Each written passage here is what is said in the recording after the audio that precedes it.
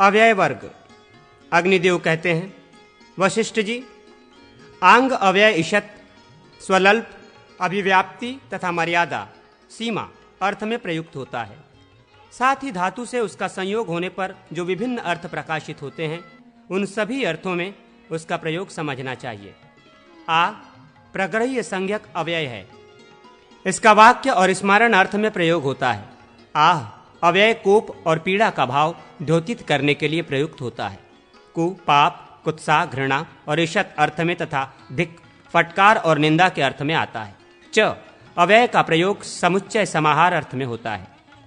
अवाचय इतरेतराय योग और स्वस्ति आशीर्वाद, क्षेम और पुण्य आदि के अर्थ में तथा अति अधिकता एवं उल्लंघन के अर्थ में आता है। स्वित प्रश्न और वितर्क का भाव व्यक्त करने में तथा तू भेद और निश्चय के अर्थ में प्रयुक्त होता है। सुकृत का एक ही साथ और एक बार के अर्थ में तथा आरात का दूर और समीप के अर्थ में प्रयोग होता है। पश्चात अव्यय पश्चिम दिशा और पीछे के अर्थ में तथा उत शब्द अपि के अर्थ समुच्चय और प्रश्न में एवं विकल्प अर्थ में आता है। शाश्वत पुनः और सदा के अर्थ में तथा साक्षात प्रत्यक्ष एवं तुल्य के अर्थ में प्रयुक्त होता है। बत अव्यय का प्रयोग खेद, दया, संतोष, विस्मय और संबोधन का भाव व्यक्त करने में होता है। हंत पदहर्ष, अनुकंपा वाक्य के आरंभ और विषाद के अर्थ में आता है। प्रति का प्रतिनिधि, विप्सा एवं लक्षण आदि के अर्थ में प्रयोग किया जाता है। इति शब्द हेतु, प्रकरण, प्रकाश आदि और समाप्ति के अर्थ में प्रयुक्त होता है।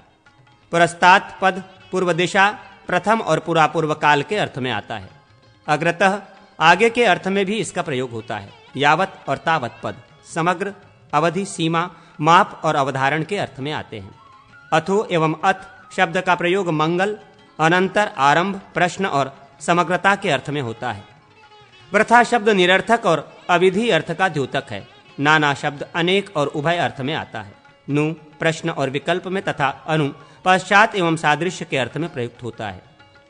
ननु शब्द प्रश्न, निश्चय, अनुज्ञा, अनुनय और संबोधन में तथा अपि शब्द निंदा, समुच्चय, प्रश्न, शंका तथा संभावना में प्रयुक्त होता है। वाह शब्द उपमा और विकल्प में तथा सामी पद आधे एवं निंदा के अर्थ में आता है।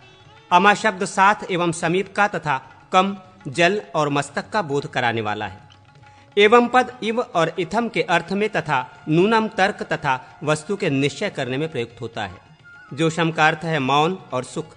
किम अव्यय प्रश्न और निंदा के अर्थ में आता है। नाम पद प्राकाश्य, प्रकाशित होने, संभावना, क्रोध, स्वीकार तथा निंदा के अर्थ में प्रयुक्त होता है। अलम शब्द भूषण, पर्याप्ति, सामर्थ्य और निवारण का वाचक है।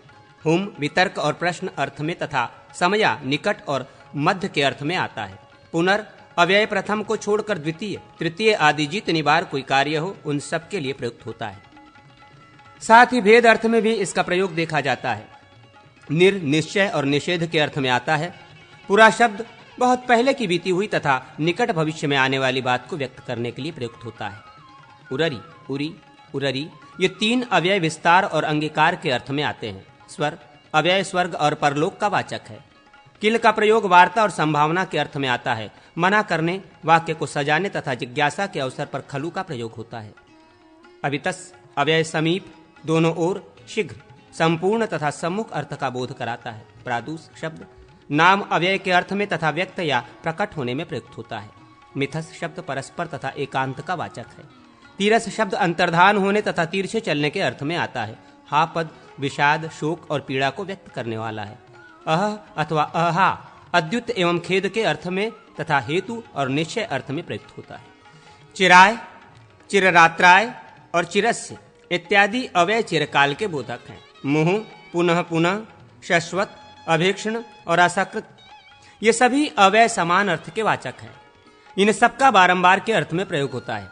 अस्त्राक, झटिति, अजंसा, अहाय, सपदी, द्राक और मडंचु ये शीघ्रता के अर्थ में आते हैं। बलवत और सुष्टु ये दोनों शब्द अतिशय और शोभन के अर्थ के वाचक हैं। किमुत, किम और किम्भूत ये विकल्प का बोध कराने वाले हैं। तू, ही, च, स्म, ह, वय ये पादपूर्ति के लिए प्रयुक्त होते हैं। अति का प्रयोग पूजन के अर्थ में भी आता है। दिवा शब्द दिन का वाचक है तथा दोषा और नक्तम शब्द रात्रि के अर्थ में आते हैं। साची और तिरस पद तिर्यक, तिरछे अर्थ में प्रयुक्त होते हैं।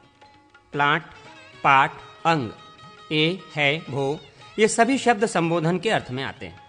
समया, निकषा और हिरुक ये तीनों अव्यय समीप अर्थ के वाचक हैं। सहसा अकृतिक अर्थ में आता है, अर्थात जिसके बारे में कोई संभावना न हो ऐसी वस्तु जब एकाएक सामने उपस्थित होती है तो उसे सहसा उपस्थित हुई कहते हैं। ऐसे ही स्थलों में सहसा का प्रयोग होता है। पुरः, पुरतः और अग्रतः ये सामने के अर्थ में आते हैं। स्वाहा पद देवताओं को हविष्य अर्पण करने के अर्थ में आता है। श्रौष्ठ और वौषट का भी यही अर्थ है। वषट शब्द इंद्र का और स्वधा शब्द पितरों का भाग अर्पण करने के लिए प्रयुक्त होता है। किंचित, ईशत और मनाक ये अल्प अर्थ के वाचक हैं। प्रेत्य और अमूत्र ये दोनों जन्मांतर के अर्थ में आते हैं। यथा और तथा समता के एवं अहो और हो ये आश्चर्य के बोधक हैं। तुष्णीम और तुष्कणीम और तुष्णिकम पद मौन अर्थ में, सद्यः और सपदी शब्द तत्काल अर्थ में, दिष्ट्या और समुजोषम ये आनंद अर्थ में तथा अंतरा शब्द भीतर के अर्थ में आता है। अंतरेण पद भी मध्य अर्थ का वाचक है। प्रसह्य शब्द हट का बोध कराने वाला है। सांप्रतम और स्थानीय शब्द उचित के अर्थ में तथा अभीक्षणम और शश्वत पद सर्वदा निरंतर के अर्थ में प्रयुक्त होते हैं। नहीं, अ, नो और न ये अभाव और अर्थ के बोधक हैं। मास्म, माँ और अलम इनका निषेध के अर्थ में प्रयोग होता है। चेत और यदि पद दूसरा पद उपस्थित करने के लिए प्रयुक्त होते हैं तथा अद्धा और अंजसा ये दोनों पद वास्तव के अर्थ में आते हैं। प्रादुस और आवीर इनका अर्थ है प्रकट होना। ओम एवं ओम परमम ये शब्द स्वीकृति या अनुमति देने के अर्थ में प्रयुक्त होते हैं। समततः, परितः, सर्वतः और विश्वक इनका अर्थ है चारों ओर। कामम शब्द अकाम अनुमति के अर्थ में आता है। अस्तु पद असूया दोष दृष्टि तथा स्वीकृति का भाव सूचित करने वाला है। किसी बात के विरोध में कुछ कहना हो तो वहां ननु का प्रयोग होता है।